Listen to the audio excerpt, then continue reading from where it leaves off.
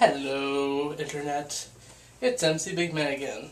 That's right, he's got his cousin's camera, so he's going to be filming a few things. And one of the things he wants to get off his chest first is, see this? Right here? This is to the Oscars. I hate you. You can go die. Her Locker was okay. But best movie? No. Anyways, I'm here for a review. Yes, a review. Natch. And it's about comics! God, comics! DC Comics, to be exact. Not that I don't love Marvel, but we're reviewing a special two-parter. Green Arrow Quiver and Green Arrow The Sound of Silence. These were both written by Kevin Smith.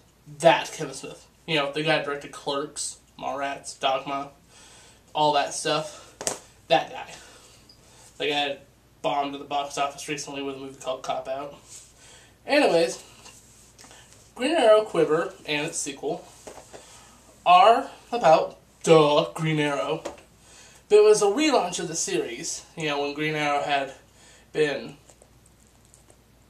minor spoilers ahead, dead for a few years after, well, getting blown up in a plane with Superman, and Superman couldn't save him. So, this is sort of the relaunch and rebirth, if you will, of Oliver Queen. And needless to say, it is one weird adventure. Also, it's very dialogue heavy. You expect that from Kevin Smith, though, because Kevin Smith's best thing that he does is dialogue. Not to say that there isn't action. Oh, there is action.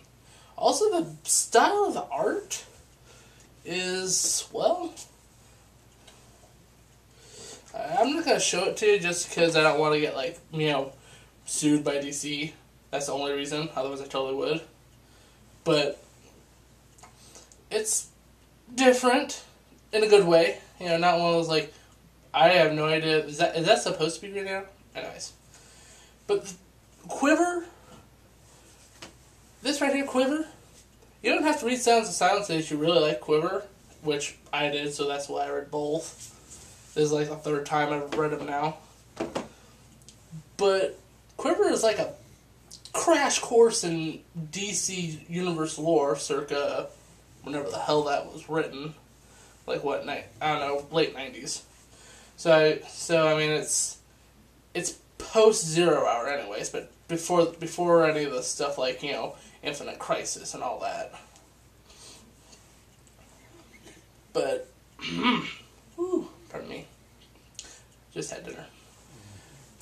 Anyways, it's like a crash course in DC. I mean, you know, there are so many guest stars in Quiver. It's ridiculous. But for the most part, also super awesome.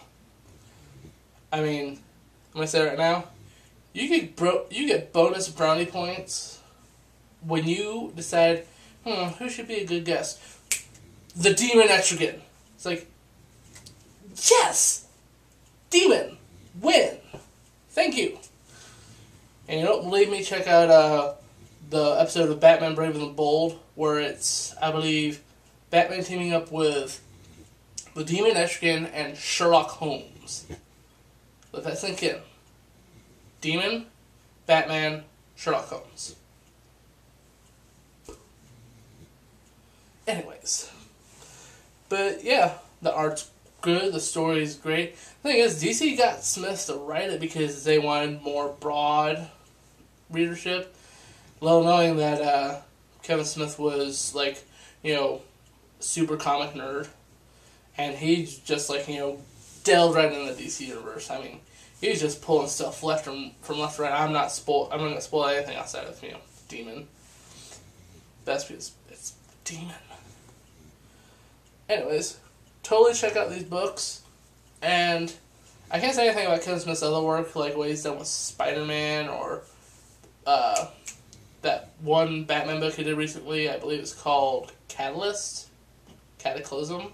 Well, not Cataclysm, that's a different story. That'd be No Man's Land. But it's something. But I've heard it's pretty good. But anyways, yeah, again, so we can see what they look like one more time. That's what they look like. You know, quiver, much thicker, but that's because it's like 10 issues or something, I think, 12.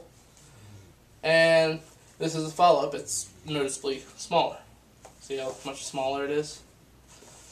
So, but the cool thing about Sound of Violence is, or Sounds of Violence, is that not only does it follow up where Quiver left off, it also introduces a new villain that's really cool named Onomatopoeia. And if you know what the definition of onomatopoeia is, you'll totally get the joke. But I'm going to go ahead and tell you. The whole thing with onomatopoeia is he doesn't talk, except for when he makes sounds. What I mean is that, like, whenever he, like, opens the door and the door goes creak, he says it too. That's what onomatopoeia is saying sounds. You know, saying sounds as though they are words. Like creak, crack, crunch, snap, etc. You know, and this villain, if he snaps your bone and he hears your bone snap, you know, the sound effect will pop up on the side, and then this little word will pop up and it says snap. It's like, that's a cool one. And that's all he says through the whole book. And as far as I know, he hasn't been in anything else in DC at all except Sounds of Violence. So it's like, he's a total enigma, and where'd he go?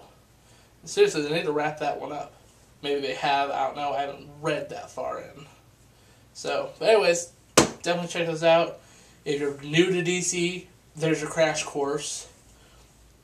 And, yeah, that's all I got. See, on the flip side, but that's it. That's it. Go home. You can stop watching now.